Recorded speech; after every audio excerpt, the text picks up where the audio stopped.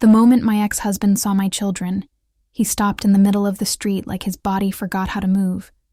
Snow fell hard over Fifth Avenue, thick enough to blur the headlights and soften the noise.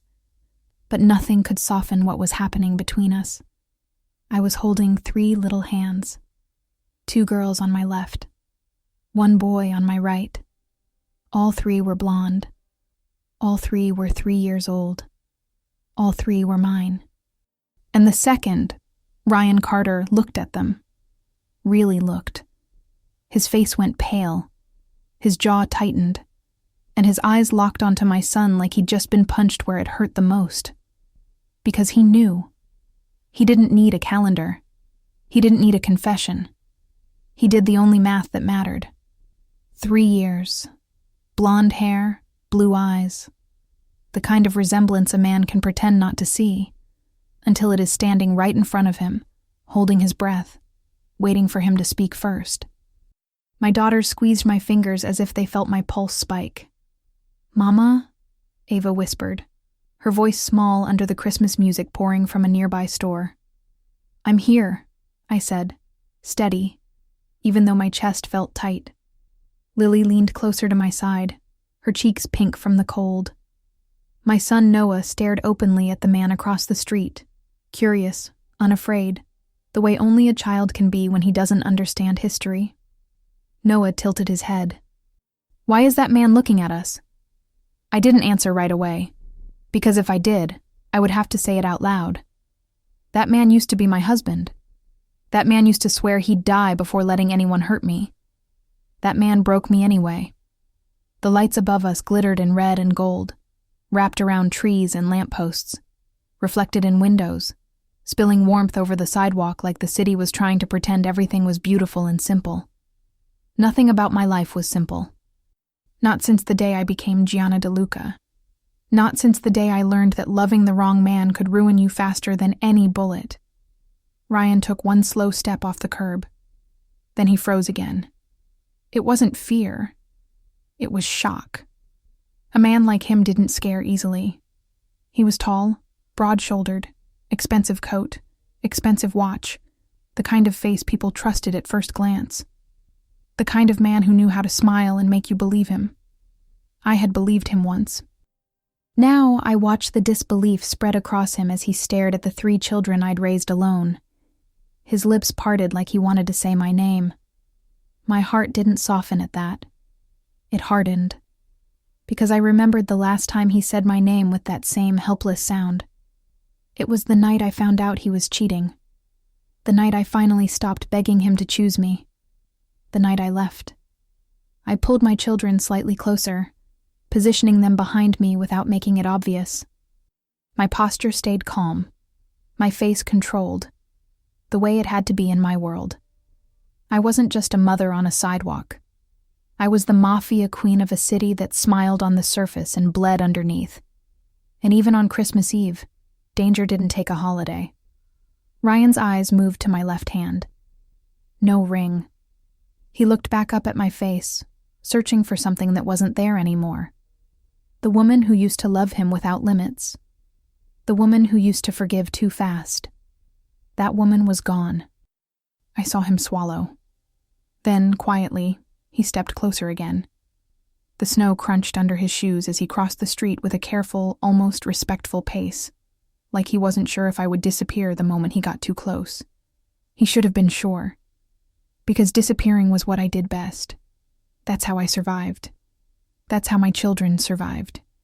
Ava squeezed my fingers harder. "Mama, do we know him?"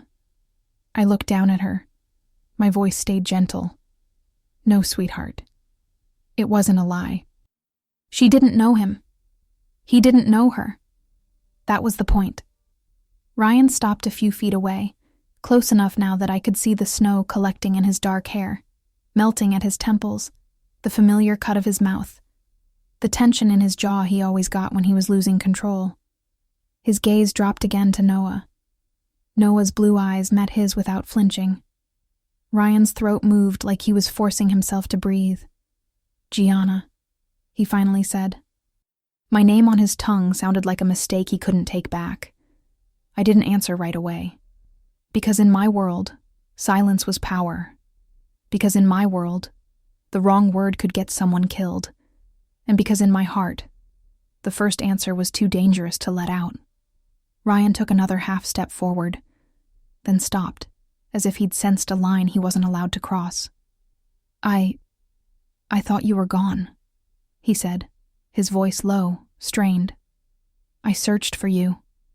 I held his gaze. You didn't search hard enough. His eyes flickered. The words hit, and he deserved them. He looked at the girls again. How old are they? I kept my voice even. 3. His face tightened, and for a second, the confident mask cracked. The truth landed, heavy and undeniable, because he remembered exactly when we'd last been together as husband and wife. He remembered the months after, the fights, the cold distance, the final papers. 3 years. He breathed out, slow, like his lungs couldn't handle it. Then he looked at me again, and his eyes were different now. Not charming, not smooth, bare. Are they... His voice broke slightly. Are they mine? My children were right there. I didn't owe him this conversation on a sidewalk. I didn't owe him anything. But I also knew what kind of man Ryan could become when he didn't get an answer. And I knew what kind of man my enemies became when they learned I had something to lose. I lowered my chin just a fraction. A warning, a boundary. Not here, I said. Ryan's eyes darted around, finally noticing what he should have noticed from the beginning. The tall man leaning against a storefront down the block, pretending to scroll on his phone. One of my men. The couple across the street lingering too long. Another pair of eyes watching. The black SUV parked half a block away, engine running, lights off. I didn't need to point them out. Ryan saw enough to understand that I wasn't alone. He swallowed again. You have security. I have children, I replied. He flinched like the words cut him. Gianna. I didn't know. I let out a quiet laugh that held no warmth. You didn't know a lot of things. Ryan stepped closer, careful. Tell me what happened. My stomach twisted, because that question dragged me straight back into the past I worked so hard to bury. The penthouse, the lies. The way I'd stared at the ceiling at night, wondering why my husband could touch me and still betray me. I kept my face still. This is not the place. His voice sharpened with emotion. Then where? Noah tugged my coat sleeve. Mama, I'm cold. I looked down, brushed snow off his hat, and my heart squeezed. They were my whole life, my reason, my anchor. Okay, I said softly to him. Then I looked back at Ryan. Ryan, I said, and the way I said his name made him straighten like I'd called him to attention. You don't get to walk into my life and demand answers. His eyes flashed. I'm not demanding. He stopped himself, struggling. I'm trying to understand. You want to understand? I said, my voice still controlled, but sharper now. Start with remembering why I left. His face tightened. He looked away for a second, like the memory burned. Then he looked back at me. I was wrong. A simple sentence. Too late. Too small. Not enough to rebuild what he'd broken. But the regret in his eyes looked real, and that made it even more dangerous, because regret was the only thing that could make a man like Ryan reckless. He took a breath. I changed, Gianna. I stared at him. People always say that when they want something. His jaw clenched. I don't want money. I don't want power. I want my family. My daughters shifted behind me, listening even if they didn't fully understand. Ava's eyes moved between me and Ryan, cautious now. Lily pressed closer to my coat. Noah stared at Ryan like he was studying him, like something inside him recognized something familiar. That almost broke me, because I had lived 3 years with the quiet question I never allowed myself to say out loud. What if he would have been a good father? What if he had been different? But that question didn't matter. The truth was what mattered. And the truth was this. I left because I had to. I hid the pregnancy because I had to. I raised triplets alone because I had to. My voice stayed calm, but it carried steel. If you want your family, Ryan, you should have protected it when you still had it. He stared at me like he wanted to argue, but he didn't. Instead, he looked at my children again, and I saw something shift inside him.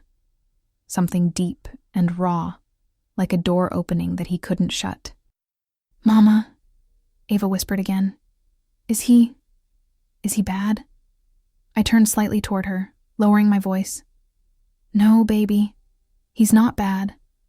Ryan's eyes tightened at that, like he felt the weight of being judged by a child. I looked back at him.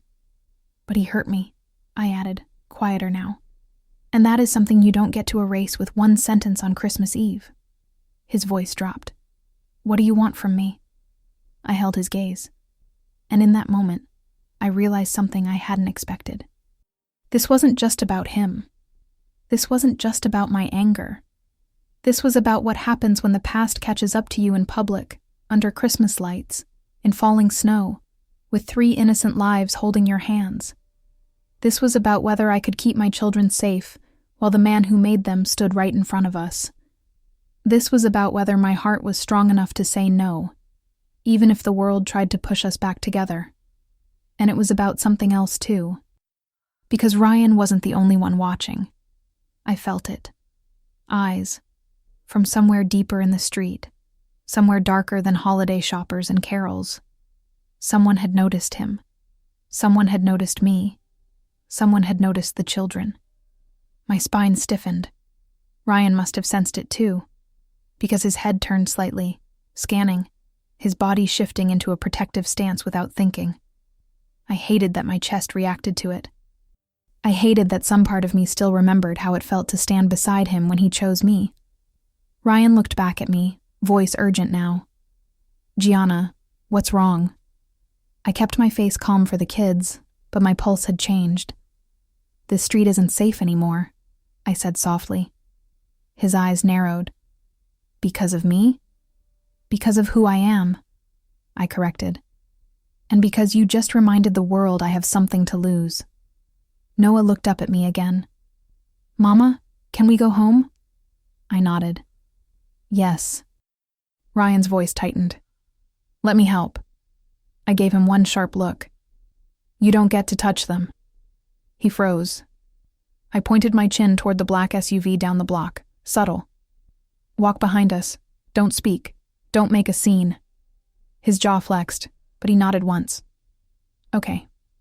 I turned, guiding my children forward, step by step, keeping them close, keeping my breathing steady, keeping my face calm.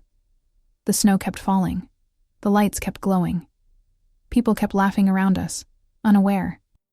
And behind me, Ryan Carter followed, silent, shaken, because he knew one thing for sure now. Those children were not a coincidence. They were the consequence of everything he did to me. And I could feel it in my bones. Tonight was not going to end with a simple goodbye. The SUV door shut behind us, and the sound was small compared to the noise in my head. Snow kept falling as my driver pulled away from the bright street, leaving the Christmas lights behind like they belonged to someone else's life. My triplets were buckled in the back seat, cheeks pink, breath fogging the windows as they pointed out decorations and sang pieces of songs they barely knew. They were warm, safe, unaware. That was the only thing that mattered. Ryan Carter followed us in his own vehicle, not too close, not too far. I watched him through the side mirror for a few seconds, then forced myself to look away. I had learned a long time ago that if you stared at a problem long enough, it didn't become softer. It only became harder to ignore. Ava leaned forward in her car seat. "Mama, are we going to Nona's tomorrow?" "Yes," I said, keeping my tone light. "After breakfast." Lily yawned and laid her head to the side. Noah's eyes stayed on the window, still thinking about the man on the sidewalk. "Is he coming to our house?" Noah asked. My hands tightened around my purse. "No." I said it fast, too fast. Noah blinked, then nodded like he accepted it, but I could tell he didn't understand. How could he? 3-year-olds didn't understand divorce, betrayal, a father who disappeared before he even knew you existed. They didn't understand that love could be dangerous. We turned onto a quieter avenue. The buildings taller. The sidewalks emptier. My security car moved ahead of us, another one behind. 2 men on foot appeared at the corner near the entrance to my building, scanning the street even though it was Christmas Eve. My building wasn't a home the way normal people meant it. It was a fortress, made to look like luxury. Doorman in a perfect coat. Cameras disguised as modern design. Private elevator. Bullet-resistant glass. Enough protection to survive the kind of world I ruled. Because yes, I ruled it. People like to pretend Mafia queen meant a woman standing behind a man, wearing diamonds and staying quiet. That wasn't me. When I was 24, I married Ryan Carter for love. When I was 27, I signed divorce papers because love didn't survive the way he treated me. When I was 28, I became Gianna DeLuca in a way no judge could undo. DeLuca wasn't Ryan's name. DeLuca was the name my blood belonged to. My father was Italian. My mother was American.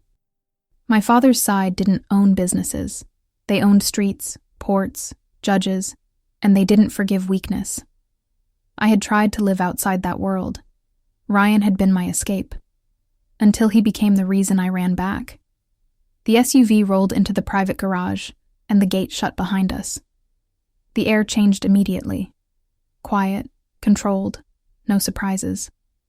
2 of my men approached, 1 on each side. Mateo, tall, American, clean haircut, calm eyes, opened my door first. He always opened my door first. Not because I needed help, but because he wanted every person watching to remember exactly who was in charge. Queen, he said softly. I hated the title and relied on it at the same time. I stepped out and reached for my children. Inside, now. Ava climbed out first, then Lily. Noah hesitated like he was still half outside his own thoughts. I crouched and zipped his coat higher. Eyes on me, I told him gently. He looked up. Okay, Mama. We took the private elevator up. My men stayed quiet. The kids stayed quiet too, like my tone had warned them without scaring them. The doors opened to my penthouse. Warm light, clean marble, Christmas tree tall enough to scrape the ceiling, decorated with gold ornaments and white lights. Cookies on the counter, a fire burning behind glass in the living room. A normal holiday scene, if you ignored the fact that I had armed men stationed on the balcony. If you ignored the panic moving through my veins. My housekeeper, Grace, American, older, kind, trusted, appeared from the kitchen with a smile that was real. Merry Christmas Eve, sweet babies. The kids ran to her like she was family, because she was. She had been here since Ava was born. She knew where the Band-Aids were. She knew which cup each child liked. She knew the songs that made Lily fall asleep. Grace looked at me and immediately read my face. Her smile faded. What happened? She asked quietly. Hot cocoa, I said, not answering. Then pajamas. Grace didn't push. She nodded and guided the kids away. The second they were gone, I turned to Mateo. Who else was on that street? Mateo's expression sharpened. We saw 2 unfamiliar faces, 1 male, 1 female. They were watching when your ex approached. My stomach dropped, just a little. Did they follow? Not yet, he said, but we can't assume they won't. I stared toward the windows, seeing the city below with its lights and snow, knowing how many predators wore friendly faces. Bring in the extra team, I said. Tonight. Mateo nodded. Already done. Of course it was. I paced once, then stopped. And Ryan? Mateo's jaw tightened. He's outside the building, in his car. Tell him to leave, I said. Mateo hesitated. That hesitation annoyed me more than it should have. Say it. He won't, Mateo said carefully. Not without speaking to you. I let out a short breath. He doesn't get to decide. Mateo didn't argue. He simply said, "Do you want him removed?" Removed. In my world, that word could mean a few different things. I looked at Mateo sharply. "No." Mateo nodded once, like he was relieved. "Understood." I walked to my office. Glass doors, dark wood desk, a wall of screens that showed live camera feeds from every angle of my building. I closed the door behind me. Then I let my face change. I put my hands on the desk and stared down, forcing myself to breathe. I hadn't expected to see Ryan tonight. I had expected a quiet Christmas Eve. Bedtime stories, cookies, soft music, the triplets asleep with their little hands curled around stuffed animals. Instead, my past had stepped in front of me under the brightest lights in the city and stared at my children like he could pull them back into his arms with his eyes. And the worst part was, some part of me had wanted to let him. Not because I missed him, because I knew what it meant for my children. A father, a normal life, a man who could love them in a way my world never could. But Ryan didn't get to be the hero now. Not after what he did. I clicked one screen and pulled up the garage camera feed. Ryan's car was visible outside the building, snow on his hood, engine running. He hadn't moved. I stared at the screen for a long moment, then turned away before my anger got confused with something softer. I didn't have time for softness. I had time for facts. So I forced my mind back to the beginning, because the beginning always told the truth. Ryan and I met when I was 22. He worked in finance back then. Clean suit, polished smile, the kind of man who could walk into any room and make people listen without raising his voice. He was American in the most simple way. Ambitious, confident, sure that the world would open for him if he pushed hard enough. He didn't know what I was. He only knew I was beautiful and guarded and hard to impress. I liked that he tried anyway. He made me laugh. He asked questions and waited for answers. He didn't flinch when I told him my father was old-fashioned. He didn't run when he saw security near my building, because he assumed I was simply wealthy. He was wrong. But for a while, I let him believe the version of me that was easier to love. We fell into each other quickly. Not just sex, not just excitement. Real intimacy. Late-night conversations. Shared routines. Small traditions.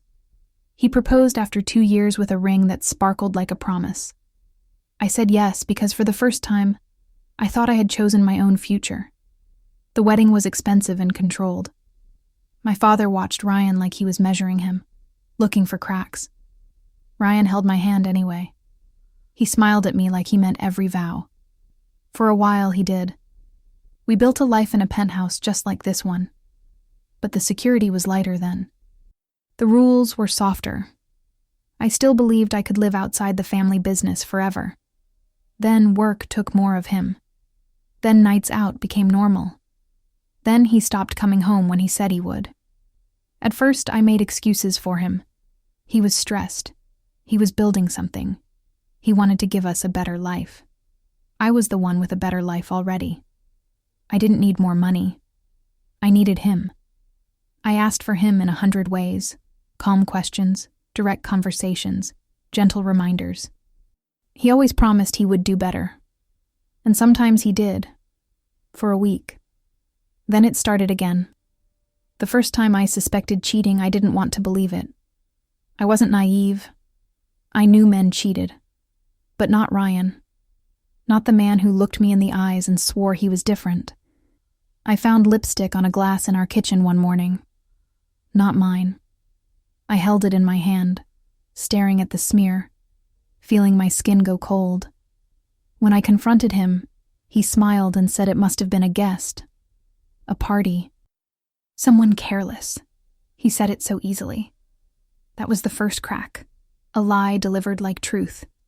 After that, the signs piled up. Perfume on his collar, unknown numbers, a new password on his phone, a sudden protectiveness over his privacy that didn't match the man I married. I asked him directly one night, "Are you sleeping with someone else?" He laughed like I had insulted him, like I was dramatic, like I was insecure. He pulled me close, kissed my forehead, and told me I was the only woman in his life. I remember the exact moment I believed him again. Because I wanted to. That was my weakness then. I wanted to believe love could fix what honesty refused to touch. The truth came on a Tuesday, not in a dramatic way, not with fireworks. In the simplest, cruelest way, I saw him. I was walking into a restaurant downtown, one of those places with dim lighting, expensive steaks, and private booths for men who liked secrets. I went there because Ryan had told me he was meeting a client. I had decided to surprise him, to remind him I supported him, to be the kind of wife I had been trying to be for months. I stepped inside, smiled at the hostess, and saw Ryan at a booth near the back, with a woman on his lap, her hands on his jaw, his mouth on her neck. It wasn't a mistake. It wasn't a misunderstanding. It was my husband enjoying another woman like I didn't exist. I stood there for 2 seconds too long. Long enough for Ryan to look up.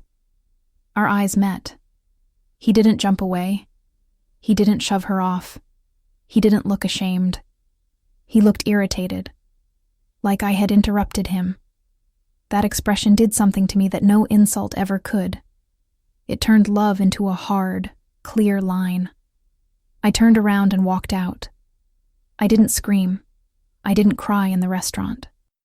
I got into my car and drove home with my hands steady on the steering wheel, like I was watching someone else live my life. When Ryan came home that night, he tried to talk like it could be explained. It wasn't what it looked like, he said first, because cheaters always started there. I stared at him.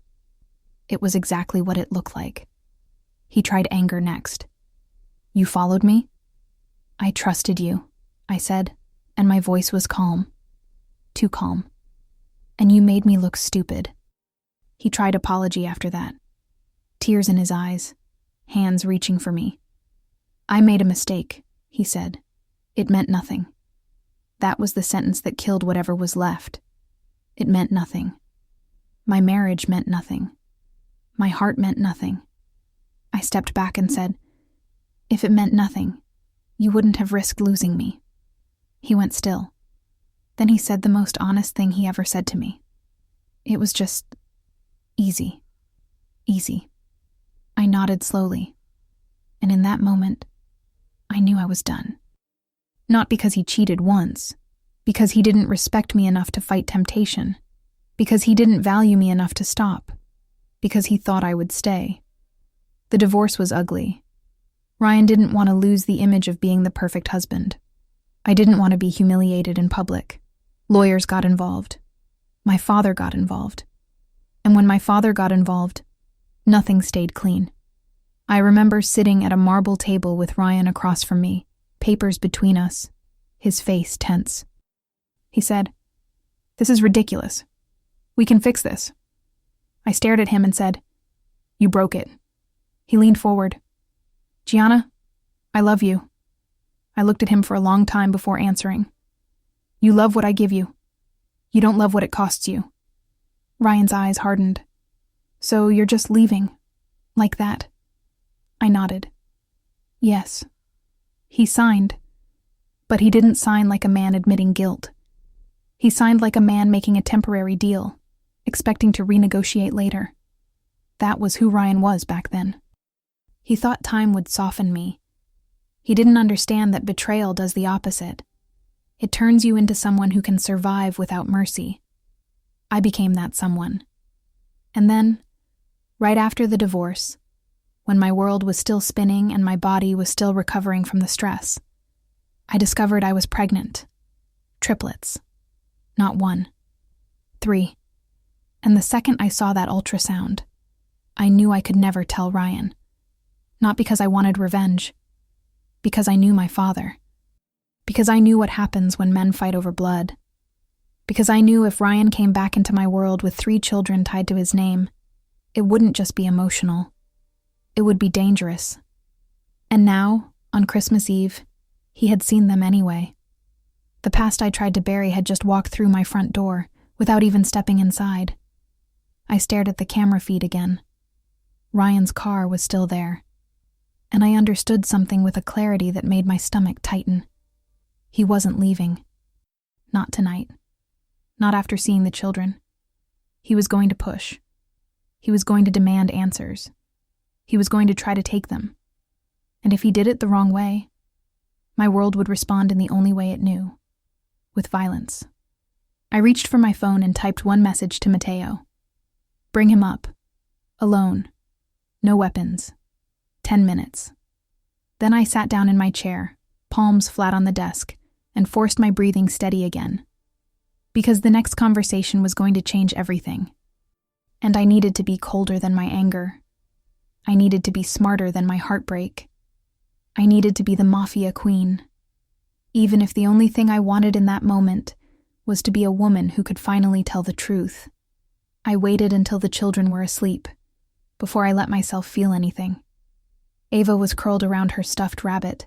Lily had one arm thrown over her pillow, and Noah slept on his back, mouth slightly open, one small hand resting on his chest like he was guarding his own heart. I stood in the doorway longer than I needed to, memorizing them the way I always did when the world felt unstable. They were the reason I survived. They were also the reason I ran. I closed their door quietly and walked back into my bedroom, shutting the noise of the city out with a single motion. The Christmas lights reflected softly on the glass walls, and for a moment, the calm almost fooled me. Almost. Because memory doesn't ask permission. It comes when it wants. And tonight, it dragged me back to the night everything changed. I found out I was pregnant 2 weeks after the divorce papers were finalized. 2 weeks after I packed my things, left the penthouse I shared with Ryan, and moved into a temporary apartment under my father's protection. 2 weeks after I told myself the worst was over. I had been nauseous for days, exhausted in a way sleep didn't fix. At first I blamed stress. Divorce did that to people. So did heartbreak. But something felt different. I remember standing in the bathroom of a quiet cafe near the river, holding a paper cup of water with hands that wouldn't stop shaking. The pregnancy test lay on the counter between the sink and the wall, the plastic cool and unforgiving. I told myself not to expect anything. I told myself it was impossible. Ryan and I hadn't been careful during the last weeks of our marriage, clinging to each other out of habit, out of denial, out of the kind of intimacy that feels like goodbye even when no one says it. I stared at the test. One line, then another, then a third shadow that made no sense. I frowned, leaned closer, my breath caught in my throat. I took another test, then another. By the fourth one, I was sitting on the floor, my back against the wall, my heart pounding so hard I could hear it in my ears. Triplets. The word didn't feel real. I laughed once, sharp and broken, then pressed my hand over my mouth to keep from making a sound. I wasn't ready to be a mother. I wasn't ready to be anything. I had just ended a marriage. I had just lost the man I loved, and the life I thought I was building. And now my body was telling me that I was carrying 3 new lives. Lives tied forever to a man I no longer trusted. I didn't tell Ryan. Not that day. Not the next. Not ever. At first it was shock, then fear, then something colder and clearer. Logic. Ryan was angry after the divorce. He hid it well, but I knew him. He hated losing control. He hated not being the one who decided how things ended. If he found out I was pregnant, he would fight for those children, not because he was ready to be a father, but because they were his. And my father would never allow that fight to stay legal. I knew what my family did to protect blood. I knew what happened when 2 powerful men claimed the same thing. I would not let my children be born into a war. I scheduled the ultrasound alone. I remember the room was dim, the technician kind but quiet, her voice careful as she moved the device across my stomach. "Are you ready?" she asked. I nodded, my throat too tight to speak. The screen flickered. 1 heartbeat, then another, then a third. 3 small, fast rhythms filling the room like they were trying to prove something. Tears slid down the sides of my face before I could stop them. The technician smiled softly. "They're strong. Strong." I held onto that word like it was a promise. I walked out of the clinic that day with my hand resting protectively over my stomach, already planning how to disappear. That was the day I chose my children over everything else. I moved cities within a week, changed routines, changed doctors, changed my phone number. I told my father the truth, but only part of it. He was not a gentle man. He was strategic, ruthless, shaped by a world where love was always secondary to survival. When I told him I was pregnant, his face didn't soften. It sharpened. "Who knows?" he asked. "No one," I said, "and no one will." He studied me for a long time. Then he nodded once. "Good," he said. "Then we protect them." Protection in his language meant control. It meant security teams and safe houses and rules I didn't argue with because arguing wouldn't change them. Pregnancy was not easy. Not physically. Not emotionally. Carrying 3 babies stretched my body and tested my limits. Some days I couldn't stand without help. Some nights I cried silently because I missed the man who should have been beside me, even though I hated myself for missing him. I wondered what Ryan would say if he knew. I wondered if he would have touched my stomach, if he would have talked to them, if he would have promised to change. And then I remembered the woman on his lap, the irritation in his eyes when he saw me, and the wondering stopped. When the triplets were born, the room was filled with doctors and machines and urgency. I was exhausted, terrified, and completely focused. Ava came first, screaming like she was angry at the world already. Lily followed, quieter, her eyes wide and alert. Noah was last, smallest, calmest. The moment they placed him on my chest, something in me locked into place. This was my life now. Not Ryan. Not the marriage. Not the past. Them. I named them carefully. American names that wouldn't raise questions. Names that wouldn't tie them to my family's history. I held them alone in that hospital room and whispered promises I didn't know if I could keep. I promised them safety. I promised them love. I promised them that no one would ever use them as leverage. Those first years were a blur of exhaustion and determination. I learned how to function on little sleep. I learned how to smile in public while watching every shadow. I learned how to be soft with my children and ruthless with everyone else. That was when the city started calling me queen. Not because I asked for it, because I earned it. I took control of territories my father once ran. I cleaned operations that attracted too much attention. I made alliances that kept violence away from my door. I didn't do it for power. I did it so my children could sleep without fear. Ryan never reached me. Or maybe he tried and failed. I didn't check. I built a wall so high between my past and my present that even I couldn't see over it most days. Until tonight. Until Christmas Eve. Until he stood in front of me, staring at my children like the answer to a question he never dared to ask had just appeared in the snow. I sat on the edge of my bed now, staring at my hands, remembering the weight of those tiny bodies against my chest the first time I held them. I didn't regret my choice. Not once. But regret wasn't the problem anymore. Exposure was. Ryan knew. Even if he didn't have proof, he knew. And knowing Ryan, knowing the man he used to be, knowing the man he might have become, I understood one thing with absolute clarity. He would not walk away again. The knock on my bedroom door was soft. I looked up. "Come in." Mateo stepped inside, closing the door behind him. His expression was serious, controlled. "He's upstairs," he said, "in the conference room, alone." I stood slowly, smoothing my robe, straightening my spine. "Did he bring anything?" I asked. "Only questions," Mateo replied. That was worse. I nodded once. "Give me 5 minutes." Mateo hesitated. "Queen, are you sure?" I met his eyes. "No." Then I walked past him, because running was no longer an option, because my children had faces now, because the past had found me. And because the next time Ryan Carter looked at me, he wasn't just going to see the woman he betrayed. He was going to hear the truth I buried for 3 years. And that truth was going to change all of our lives. I didn't rush to the conference room. That was the first rule I ever learned in my world. The person who arrives calm controls the room. I walked down the hallway with steady steps, my reflection moving beside me in the glass walls. Silk robe tied tight, hair loose but controlled. No jewelry except the thin gold chain at my neck. I didn't need armor. I needed clarity.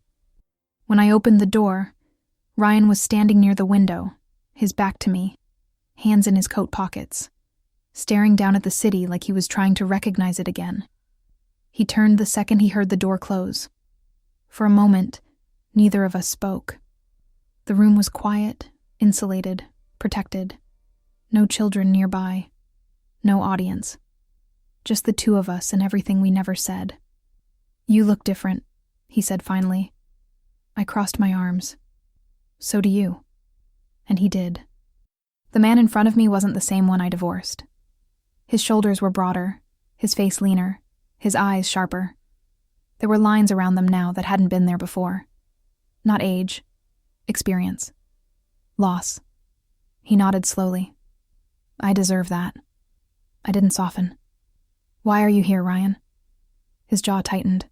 "You know why." "Say it," I replied. He looked at me like the words hurt. "The children." I held his gaze. "They are mine." He took a breath. "Gianna, please." The way he said my name was quieter now. Careful, like he'd learned something about how easily he could lose it again. "I saw the boy," he continued. "I saw his eyes. I saw the girls. The timing. I'm not stupid." "No," I said calmly. "You were careless. That's different." He winced, but didn't argue. "I didn't come to take them," he said quickly. "I came because I needed to understand." "You don't get to understand," I replied. "You get to accept." His eyes flashed. "Accept what? That I have children I never knew about?" "Yes." "That you decided that for me?" "Yes." "That you erased me from their lives?" I stepped closer, my voice still even. "You erased yourself the night I caught you with another woman." Silence fell between us. Ryan looked down, then back up. I was wrong. I didn't react. "I was arrogant," he continued. "I thought I could have everything. You, my career, my freedom. I thought you'd stay because you loved me." "I did love you," I said. "That's why I left." He looked up sharply. "Loving you while you disrespected me would have destroyed me," I went on. "So I chose myself." He swallowed. "And you chose to keep my children from me." I tilted my head. "I chose to keep them alive." His brows furrowed. "Alive from what?" I met his eyes. "From my world." He stared at me, and I could see the realization settling in, piece by piece. The security, the building, the men, the control. "You didn't just survive without me," he said quietly. "You became someone else." "I became who I was always meant to be," I replied. He stepped closer, stopping a careful distance away. "Then why does it look like it cost you something?" That question almost broke my control. Almost. I exhaled slowly. "You don't get to analyze me." "I get to regret," he said. "I get to say I ruined something I didn't understand." I laughed once, without humor. "Regret doesn't rewrite the past." "No," he said. "But it can change the future." I shook my head. "You don't get a future with us just because you're sorry." His eyes darkened. "I'm not the same man." "I hope not," I said. "Because that man wasn't good enough to be my husband." He nodded once. "That's fair."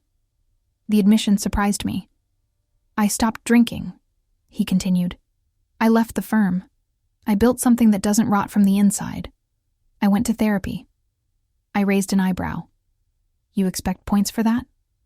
"No," he said. "I expect nothing. I just need you to know I didn't stay the man who hurt you." I studied him carefully. Men could say anything, but change showed itself in the spaces between words, in patience, in restraint. Ryan wasn't demanding. He wasn't shouting. He wasn't trying to dominate the room. He was standing there, hands open, waiting.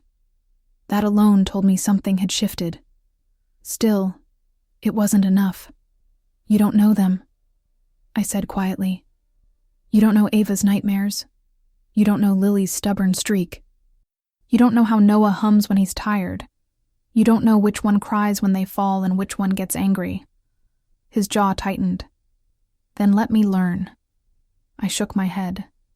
"You don't learn children like a skill." He took another careful step forward.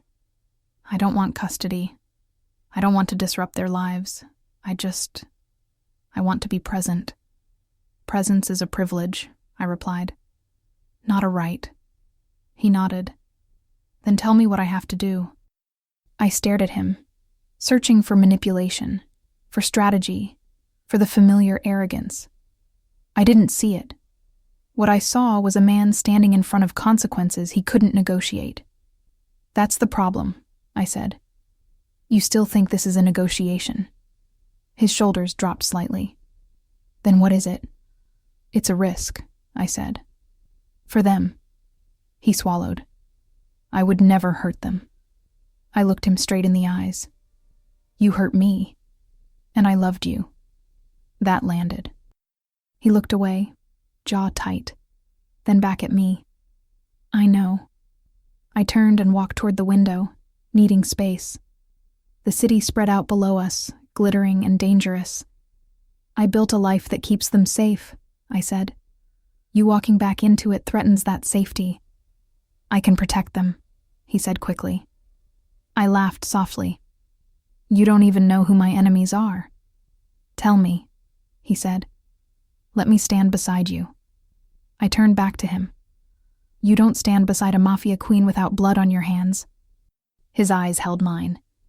"Then teach me how to keep it off theirs." The room went quiet again. He was serious. That scared me more than his anger ever had. "Why now?" I asked. "Why didn't you change before I left?" He didn't hesitate. "Because losing you finally showed me who I was without you." That answer was honest enough to hurt. I folded my arms tighter. "Love doesn't grow back the same way once it's broken." "I'm not asking for the same," he said. "I'm asking for a chance to build something different." I studied him for a long moment. Every instinct in me said this was dangerous. Every memory said I shouldn't trust him. But then I thought of Noah's eyes on the sidewalk, the way something in him recognized Ryan without understanding why. I thought of Ava asking if he was bad. I thought of Lily pressing closer to me, sensing tension she didn't have words for. They deserved truth, even if it came slowly. "There will be rules," I said finally. His breath left him like he'd been holding it. "Anything." I met his gaze, my voice firm. "You don't see them alone. You don't tell anyone. You don't make promises you can't keep. And the second I decide this endangers them, you walk away." He nodded immediately. "Yes. And one more thing," I added. "Name it." "You don't touch me," I said. "Not yet. Not until I decide if the man in front of me is real." His eyes softened, and that softness almost undid me. "I understand," he said quietly. I turned away again, pressing my palms against the glass, grounding myself, because letting him see the children would change everything. Because letting him back into my life, even at the edges, meant reopening a door I had sealed for a reason. And because the most dangerous thing in my world wasn't violence. It was hope. I looked over my shoulder at him one last time. "Tomorrow," I said, "you can meet them properly. For 5 minutes." His eyes widened slightly. "Thank you?" I shook my head. "Don't thank me. Earn it." As I walked out of the room, my heart pounding, I knew one thing with certainty. This wasn't reconciliation. This was the beginning of a test. And only one of us knew how high the stakes really were. I barely slept that night. Every sound in the penthouse felt louder than usual. The hum of the city below, the distant elevator, the soft breathing of my children down the hall. I lay in bed staring at the ceiling, replaying Ryan's face in the conference room, the restraint in his voice, the way his hands never reached for me even when emotion sharpened his eyes. That restraint mattered. In my world, men were used to taking. Ryan was learning how to wait. By morning, the snow had stopped, leaving the city wrapped in white and gold. Christmas Day arrived quietly, like it knew it wasn't the main event anymore. I dressed simply. Dark pants, cashmere sweater, hair pulled back. I needed to be a mother first today, not a queen. The children were already awake, racing toy cars across the rug near the tree, laughter filling the room. Grace stood nearby with coffee in her hands, watching them with a soft smile. "Good morning, Mama," Ava called out when she saw me. Lily ran to me, wrapping her arms around my legs. Noah followed more slowly, observant as always. I knelt and hugged them all, breathing them in. "Good morning, my loves." Grace met my eyes over their heads. "He's still here," she said quietly. "I know." I had known the second I opened my eyes. Mateo appeared at the edge of the room, silent, alert. "He's ready when you are." I straightened. My heart didn't race. That worried me more than fear would have. I crouched in front of the kids. "There's someone I want you to meet today," I said gently. Ava tilted her head. "The man from yesterday?" I nodded once. Lily frowned. "Is he nice?" "Yes," I said honestly, "but we're going to take it slow." Noah studied my face. "Does he know us?" "Not yet," I replied. "But he wants to." They accepted that with the simple trust children have when they feel safe. I stood and looked at Mateo. "Bring him in." Mateo nodded and stepped away. Seconds later, Ryan appeared in the doorway. He had changed. No coat, no suit. Just dark jeans, a sweater, clean, careful. He looked like a man trying not to intimidate. He stopped just inside the room. He didn't move forward. That mattered too. The children stared at him openly. Ryan's breath caught. I saw it. His eyes moved from Ava to Lily to Noah, slow, reverent, like he was afraid one wrong movement would make them disappear. I watched him closely. This was the moment that would decide everything. I crouched beside the kids again. "This is Ryan," I said simply. "He's someone I used to know." Ryan swallowed. "Hi," he said softly. Ava waved. "Hi." Lily hid half behind my arm, peeking out. Noah took one step closer, curious, not afraid. Ryan didn't speak again. He just waited. "Okay," I said. 5 minutes. He nodded, eyes never leaving them. Ava spoke first, because she always did. "Why were you staring at us yesterday?" Ryan hesitated, then looked at me. I gave him a slight nod. "Because I was surprised," he said gently. "You're very special." Noah tilted his head. "Are you Santa?" Ryan blinked, then laughed quietly. "No." Ava giggled. Lily smiled. Something in Ryan's face broke open then, not in a dramatic way, in a way that looked permanent. They talked about small things, toys, snow, Christmas cookies. Ryan listened like every word mattered. He didn't touch them. Not once. When the 5 minutes ended, I stood. "That's enough for today." Ryan looked up at me, disappointment clear, but he nodded. "Of course." Ava frowned. "He can't stay?" I crouched again. "Not today." Ryan spoke quickly, gently. "I'll come back another time if that's okay." The kids looked at me. I nodded once. "Okay," Noah said, like it settled something inside him. Ryan left without argument. That alone told me more than any promise ever could. But peace never lasted long in my world. That afternoon, Mateo came to me with his jaw tight. "We have a problem." I didn't ask him to explain. "Who?" "Rizzo," he said. He noticed Carter. My stomach dropped. Rizzo was not a man who tolerated uncertainty. He was old school, territorial, violent. One of the few enemies my father had never fully neutralized. What exactly did he notice? I asked. That Carter exists, Mateo replied, and that he's close to you. I closed my eyes briefly. Ryan wasn't just a complication. He was a liability. He asked questions, Mateo continued, about the children. My chest tightened. What did you tell him? Nothing, Mateo said. But silence invites curiosity. Yes, I said quietly. It does. I turned toward the window, watching the city again. We accelerate. Mateo stiffened. You're sure? If Rizzo thinks he can use Ryan to get to me, he'll try, I said. And if he thinks the children are leverage... I didn't finish the sentence. Mateo nodded once. I'll increase protection. Not just protection, I said. Visibility. That night, I summoned Ryan back. He arrived tense this time, sensing the shift. What's wrong? He asked the moment he saw my face. I didn't soften it for him. You've been noticed. His jaw clenched.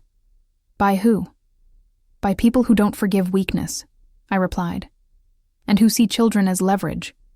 His face went pale. Because of me? Yes. He didn't deny it.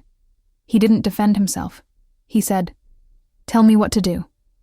I stared at him, measuring him against the danger he now represented. You don't leave the city, I said. You don't move without my security. You don't talk to anyone about me or the children. And if someone comes after you? He asked. I met his eyes. Then you learn very quickly why they call me Queen.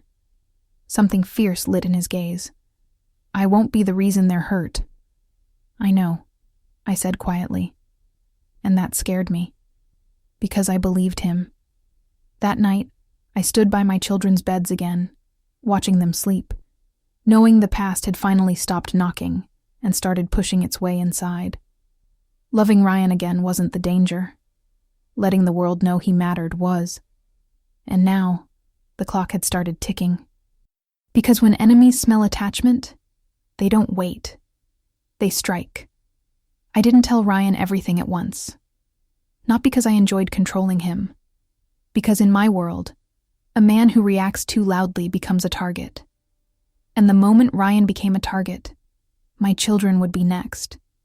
He stood in my office, shoulders tense, eyes locked on mine like he was holding his breath. Mateo said there's a problem, he said. Tell me. Rizzo saw you, I answered. Ryan's jaw tightened. Rizzo is an enemy, I said. The kind who doesn't stop once he finds a weak point. I'll leave, he said fast. Tonight. I'll get out of the city and... No, I cut in. Running makes you look valuable. It confirms fear. His eyes narrowed. So what do we do? I held his gaze. We stop pretending this is small. He swallowed. Meaning? I spoke clearly. No softness. No delay. Ava, Lily, and Noah are yours, I said. They're your children. Ryan went still like the words hit him in the chest. For a second, he didn't blink. Then his breath came out in a broken exhale. Oh my God, he whispered. I didn't move. I watched him carefully. He took one step toward me, then stopped like he didn't know what he was allowed to do. You're sure? He asked, voice rough. Gianna, you're sure? Yes, I said. I've been sure for 3 years. His eyes filled fast. He turned his head slightly, trying to hide it. He failed. You knew, he said. You knew and you never told me. I didn't, I confirmed. Why? The pain in his voice sharpened. Why would you do that to me? I stayed calm. Because you were not safe. His brows pulled together. Not safe? You think I would hurt them? I think you were unstable, I said. You were cheating, lying, drinking more than you admitted. You were angry when you got caught. He didn't deny it. That silence was his confession. And I didn't gamble 3 babies on a man who couldn't control himself, I added. Ryan's jaw clenched hard. 3 babies. And you did it alone. Yes, I said. I did. He dragged a hand over his face. I missed everything. You did, I answered.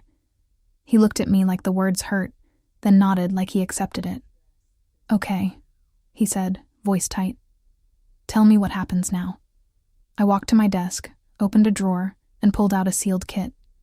His eyes dropped to it. What's that? A private DNA test, I said. No clinic, no paper trail that can be leaked. His throat moved. Now, I confirmed, because Rizzo noticed you, and if he's watching, we don't move slowly.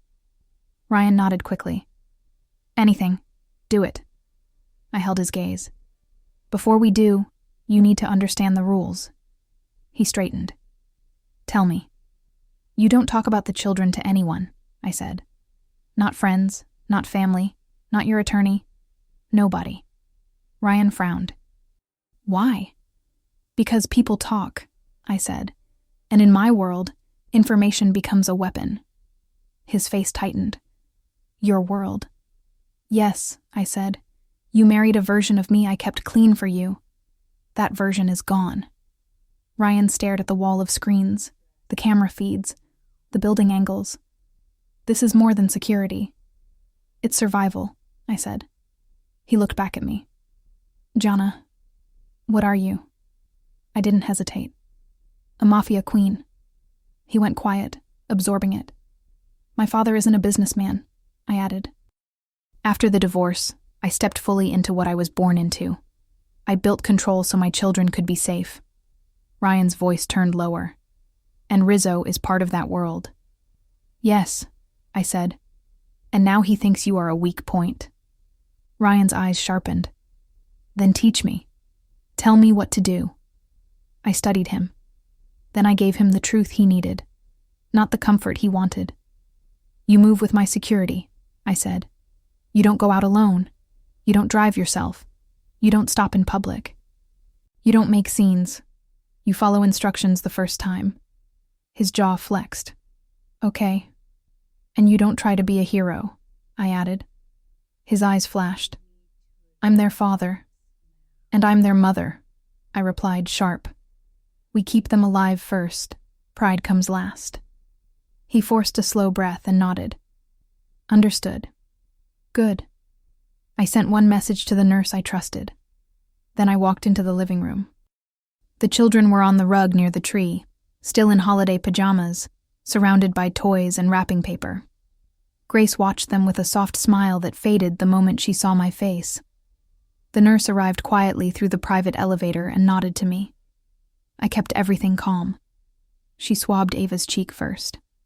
Ava giggled and asked if she was getting magic medicine. The nurse smiled and said, Just a tiny swab. Lily watched carefully, serious, but she let it happen without protest. Noah stared at the hallway as if he could sense Ryan behind the walls. Where's the man? He asked. He's nearby, I said gently. Noah nodded, satisfied.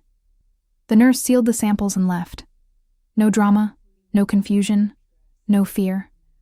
Ryan stayed out of sight during it, exactly as I wanted. The children didn't need his intensity yet.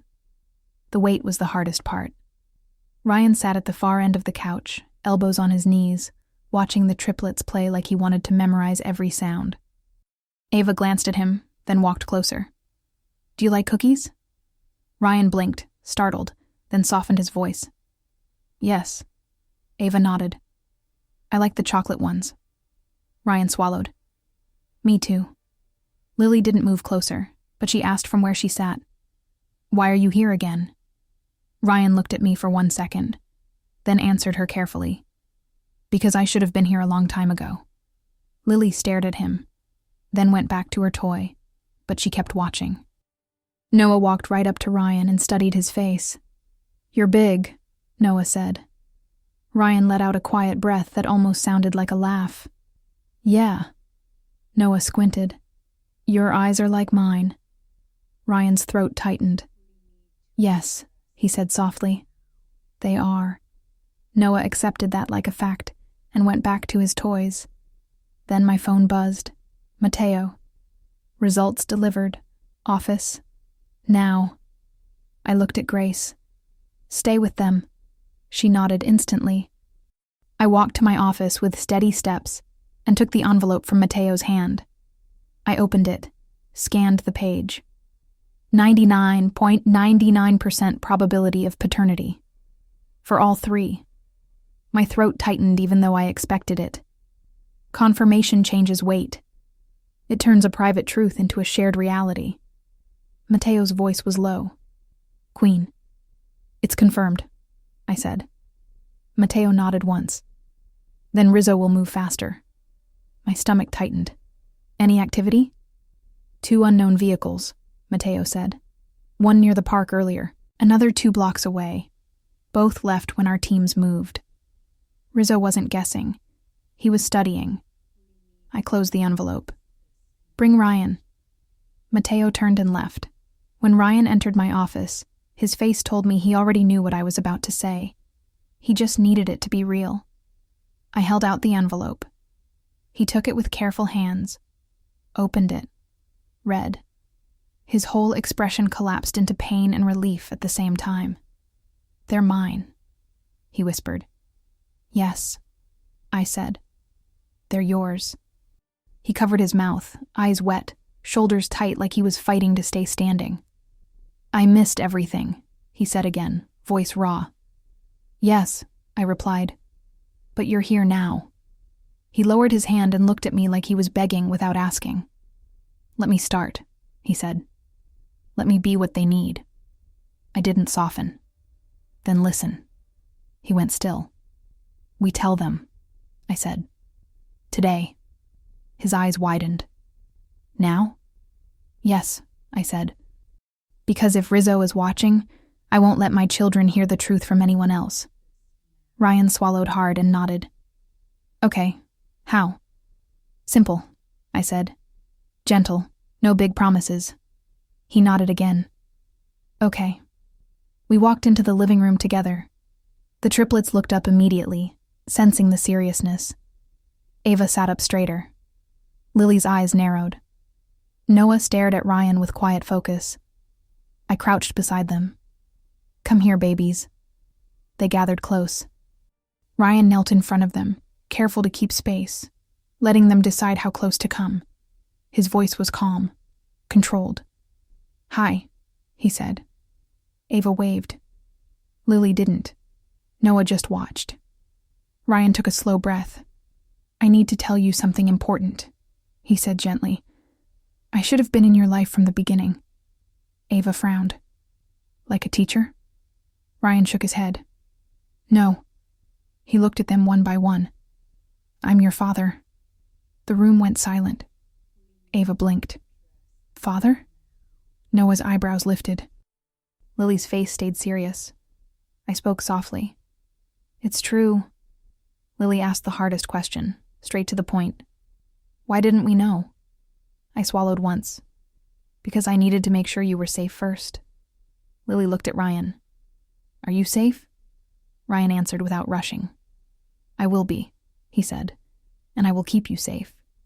Noah stepped closer and stared up at him. You look like me. Ryan's breath caught. Yes, he whispered. I do. Noah reached out and touched Ryan's hand with one finger. Ryan didn't grab him. He didn't pull him in. He stayed still and let Noah choose. Ava stepped closer too. Do you love us? Ryan's eyes glistened again, but his voice stayed steady. Yes, he said. I love you.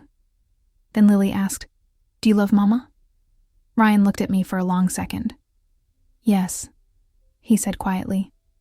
I do. My chest tightened, but I kept my face controlled. Because love spoken out loud in my world is dangerous. Mateo's earpiece crackled. His head turned slightly. Then his eyes snapped to me. Movement, he said low. Garage. My blood went cold. Ryan stood instantly, alert. The children stared at us, confused. I didn't raise my voice. Grace. Grace moved fast. Yes. Safe room, I said. Now, make it a game. Grace crouched with a bright smile that didn't quite reach her eyes. Okay, babies. Secret room. Come on. Ava hesitated. Mama? I kissed her forehead quickly. I'm right behind you. Lily grabbed my hand for 1 second, squeezing hard. Noah looked at Ryan, uncertain. Ryan crouched to Noah, voice gentle. Go with Grace, he said. I'll be here. Noah nodded and went. The safe room door closed. The penthouse changed. Not a home anymore, a fortress. Mateo's voice stayed controlled. 3 men entered the lower level. Not ours. They're pushing the service elevator. Rizzo. I moved to my office, opened the hidden compartment, and took my weapon. Ryan saw it and went still. This is your world, he said quietly. Yes, I answered. Now you understand. The earpiece crackled. 2 restrained. 1 escaped to the stairwell. Mateo's face hardened. He's coming up. Ryan's jaw clenched. Let me help. You follow directions, I snapped. No chasing. No hero moves. His eyes burned with anger, but he forced a breath. Tell me where. I pointed. Behind that column. Stay in shadow. If you see someone who isn't ours, you move back. You do not engage unless I say. Ryan nodded and moved exactly where I told him. The stairwell door rattled, then opened. A man stepped out fast, weapon raised. My team hit him instantly. He was slammed to the ground, weapon kicked away, wrist pinned. Mateo yanked him up by the collar. Who sent you? The man smiled with blood on his lip. Rizzo says Merry Christmas, he sneered. He says the blonde ones look expensive. Ryan went rigid behind the column. Mateo's eyes narrowed. How do you know about the children? The man's smile widened. Everybody knows now. My stomach dropped. Not because Rizzo knew, because it meant the net was tightening. Ryan stepped forward, fury in his eyes. Say their names again and I'll... I lifted my hand sharply. Ryan. He stopped, breathing hard, fighting himself. That control mattered. Mateo shoved the man toward his team. Take him out. They dragged him away. A soft knock came from the safe room. Ava's voice muffled. Mama, are we safe? I walked to the door and kept my voice gentle. Yes, baby, you're safe. When I turned back, Ryan's hands were shaking slightly from rage. They threatened them, he said through his teeth. Yes, I replied. And now we move. Where? He asked. A safe house outside the city, I said. Tonight, before Rizzo tries something smarter. Ryan nodded once. I'm coming. I stared at him. Then you do it my way. He didn't argue. Your way. I opened the safe room door. The children rushed out and clung to me. I hugged them tight. Noah looked at Ryan. Bad man? Yes, I said softly. Bad men exist. Ryan crouched near them, careful, voice calm. But you're protected, he told them. Ava sniffed. Are you coming too? Ryan glanced at me. I nodded once. Yes, Ryan said gently. I'm coming. Lily stared at him for a long moment, then said very quietly, Don't lie. Ryan nodded once. I won't. I looked at Mateo. Pack. We leave in 20 minutes. Mateo moved instantly. Ryan stayed close, silent, focused. And as we prepared to disappear again, the truth settled fully into my life. The paternity was confirmed. The children knew. Rizzo had made his first move. Now the next move would decide whether we got our happy ending, or whether my world tried to steal it before we could claim it. We left the penthouse the way I leave everything when danger gets close. Quiet, fast, controlled. No lights, no goodbyes, no public exits. The triplets were bundled in thick coats and hats, half asleep, clinging to stuffed animals, while Grace whispered calm words and kept her smile steady. Mateo's men moved around us like shadows, opening doors, scanning corners, sealing distance. Ryan stayed beside me, not in front of me. That mattered. He wanted to protect, but he listened. He followed my pace, my signals, my rules. Every time his instinct flared, he swallowed it down and waited for direction. That discipline was the only reason I let him come. The convoy drove north, away from the bright city, away from cameras, away from streets that knew my name. Snow covered the highway shoulders like a warning. The triplets slept in the second SUV with Grace and a guard, their small breaths fogging the windows. I watched their car through the rear mirror until the city lights disappeared behind us. Only then did I let my shoulders drop. Just a fraction. Ryan's voice was low in the dark. "Where are we going?" "A place my father used to use," I said. "Before he died." He glanced at me. I didn't know he died. I kept my eyes on the road ahead. "He did, 2 years ago." Ryan went silent. I could feel him wanting to ask more, but he didn't. He was learning when not to push. We arrived just before dawn. The safe house was outside the city, tucked behind a line of trees, built like a lodge from the outside but reinforced like a bunker underneath. Warm lights, quiet air. No neighbors close enough to watch. The kind of place that looks peaceful until you know what it's for. My men cleared it in minutes. Mateo checked every camera feed. Another team swept the perimeter. Then I stepped inside with Ryan behind me. Grace carried Lily in, half asleep. Ava and Noah walked, still groggy, eyes heavy. Ava rubbed her face. "Mama, is this a hotel?" "No," I whispered. "It's just a house where we'll be safe." Noah looked around, curious. "Can we have pancakes?" I almost laughed. Almost. "Yes," I said. "Later." Grace guided them toward the bedroom wing. "Come on, babies. Cozy beds." When they were settled, I finally let myself sit in the kitchen, hands wrapped around a mug I didn't drink. Ryan stood across from me, watching like he was afraid I would disappear again if he blinked. "You're shaking," he said quietly. "I'm not," I replied. He didn't argue. He stepped closer anyway, stopping at the edge of my space. "I'm sorry," he said, "for all of it, for what I did to you, for what you had to do because of me." I stared into the mug. "Sorry doesn't erase anything." "I know," he said, "but I'm still saying it." I looked up at him. The dawn light made his face look tired, human, stripped of the polished confidence he used to wear like armor. "This isn't about you feeling better," I said. His eyes held mine. "It's about me being better." I studied him for a long moment. Then my phone buzzed. Mateo. I didn't need to answer to know what it meant. Bad news doesn't wait until after breakfast. I stood and walked into the small command room. Mateo was already there, eyes sharp, posture hard. A map was displayed on the screen, with red circles around points in the city. "Rizzo's men were picked up by our contacts," Mateo said. "Not all of them, but enough." "Where is Rizzo?" I asked. Mateo shook his head. "Not confirmed, but he sent a message." I didn't flinch. "What kind?" Mateo handed me a phone, a video. My stomach tightened, but I hit play. It was grainy, recorded inside a car. A man's voice, amused. "Merry Christmas, Queen." Then the camera angled to show a wrapped gift box on a seat. My blood went cold, because I knew exactly what that meant. A gift from Rizzo was never something you wanted to open. The video ended with one sentence. "Tell Carter I said thank you."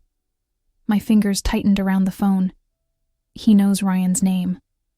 Mateo nodded. Which means someone talked, or someone watched longer than we realized. I stared at the map, forcing my mind into cold strategy. This wasn't just about intimidation. This was about forcing me to make a mistake, to lash out, to go back to the city too fast, to expose the children. Ryan's voice came from the doorway behind us. "What happened?" Mateo looked at me for permission. I turned to Ryan. "Rizzo is baiting us." Ryan's jaw tightened. "With what?" I held up the phone. "A message." Ryan's eyes darkened. "What do you want me to do?"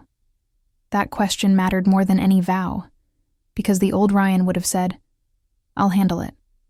This Ryan waited for instruction. I walked closer to him. I need you to stay calm. His nostrils flared slightly. I am calm. I met his eyes. No, you're controlled. That's different. Stay controlled. He swallowed and nodded. Okay. I turned back to Mateo. We end this. Mateo's expression didn't change. How? We cut his access, I said. We cut his money, his routes, his messengers. We make him come out. Mateo nodded once. I can do that. Ryan stepped closer. And me? I looked at him. You stay with the children. His eyes flashed with frustration. Gianna, I lifted a hand. This is not negotiable. You want to be their father? Then be present. Be steady. Be the safe thing in the room while I handle the storm. Ryan held my gaze, breathing hard, then nodded. Okay. Mateo moved out to execute orders. I walked back into the kitchen. Ryan followed, quieter now. I didn't expect my children to wake up smiling after being moved in the middle of the night. But they did. Because children adjust when they feel protected.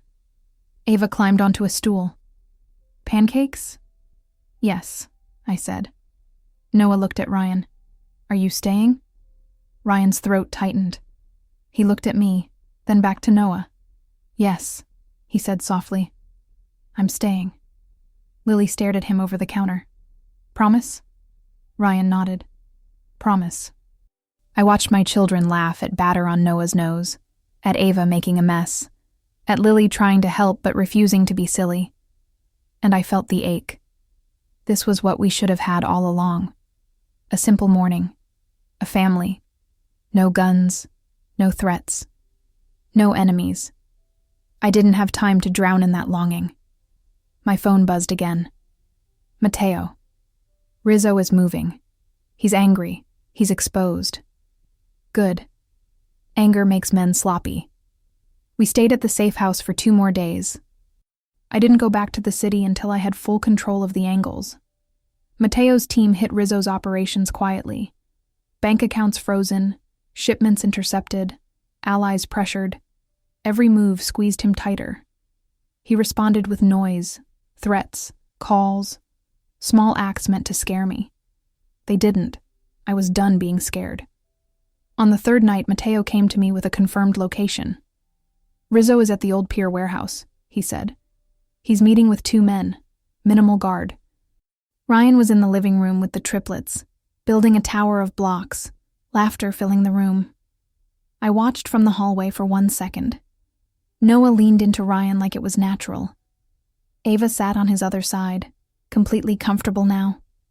Even Lily had relaxed enough to smile when Ryan pretended the tower was the strongest castle in the world.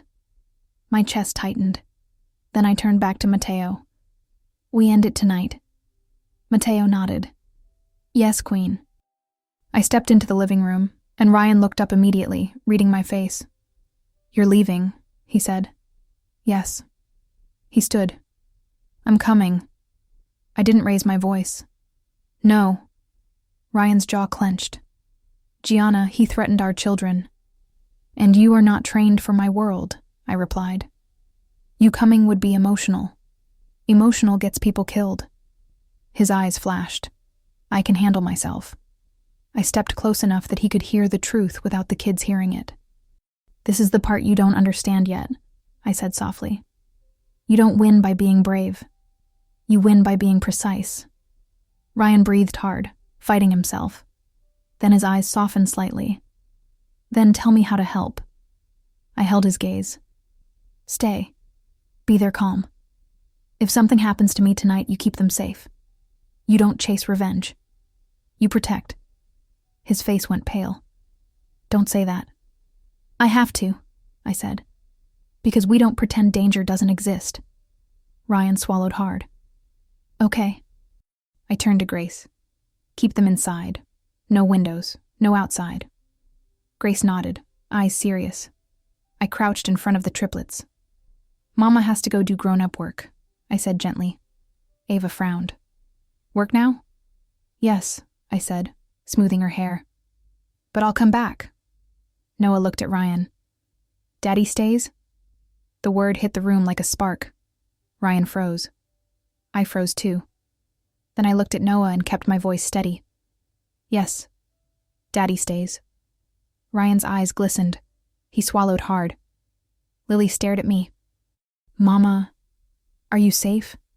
I kissed her forehead. I'm always safe. It was a lie, but it was one a mother tells. I left before my face could betray my fear. The pier warehouse smelled like salt and rust and old blood. We moved in silence. My team spread out, controlling exits, controlling angles. Mateo stayed at my shoulder. I saw Rizzo before he saw me. He was older than the last time I'd seen him. Gray at his temples, eyes cruel, smile sharp. He stood near a table with a drink in his hand like he owned the entire ocean behind him. When he noticed me, his smile widened. Queen, he said, dragging the word like he enjoyed it. You came. I knew you would. I stepped into the light, weapon hidden but ready.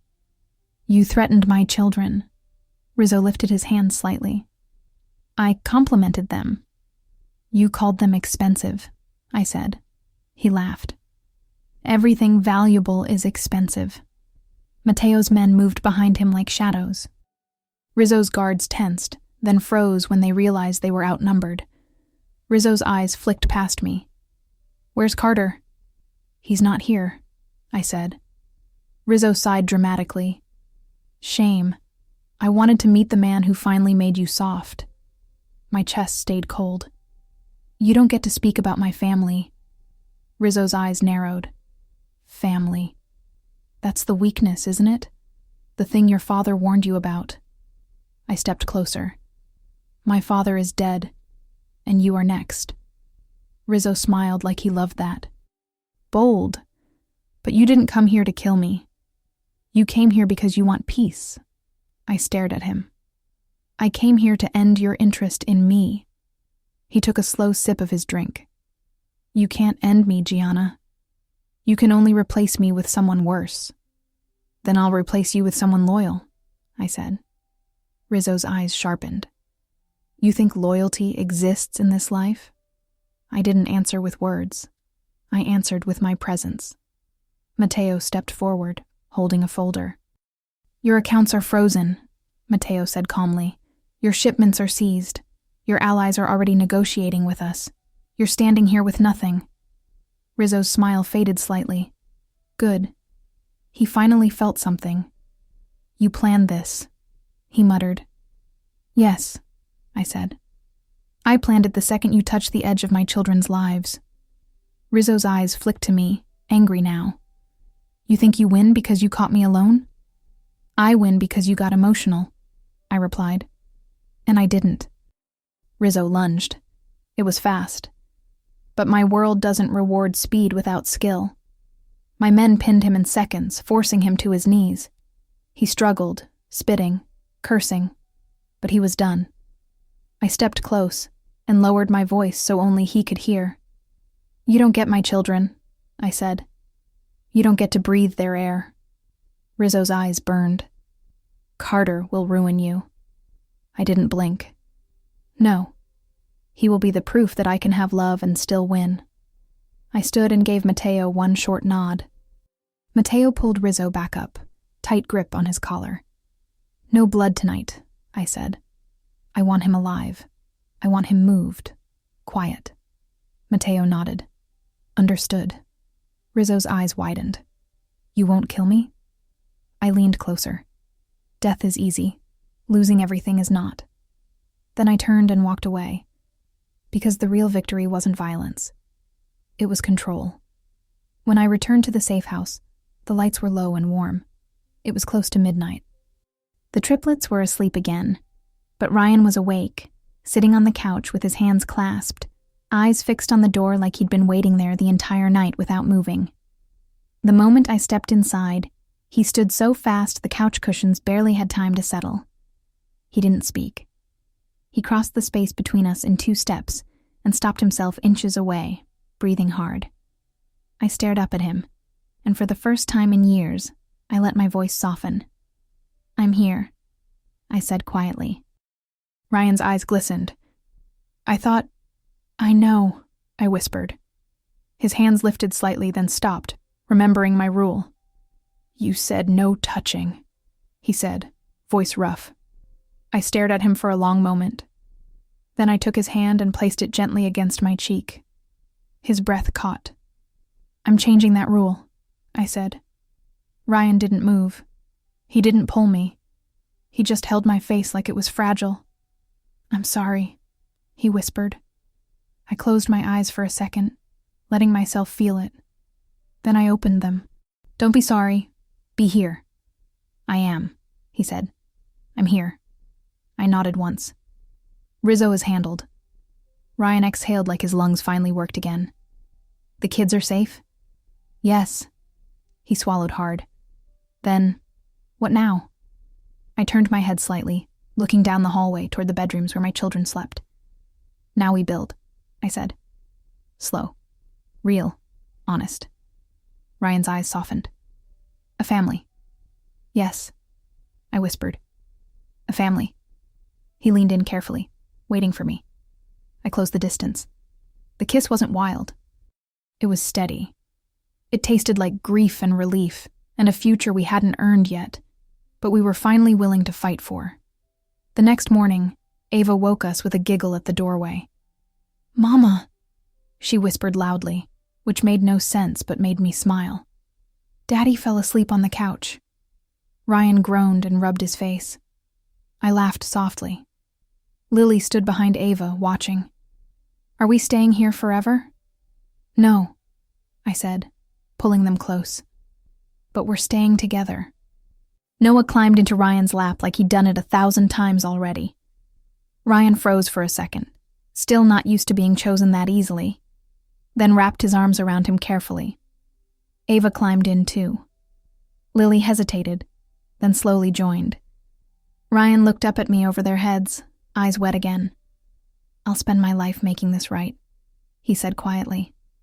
I nodded, voice firm. You will. And I'll let you. Outside, the snow fell again, soft and clean. Inside, for the first time in years, my world felt quiet.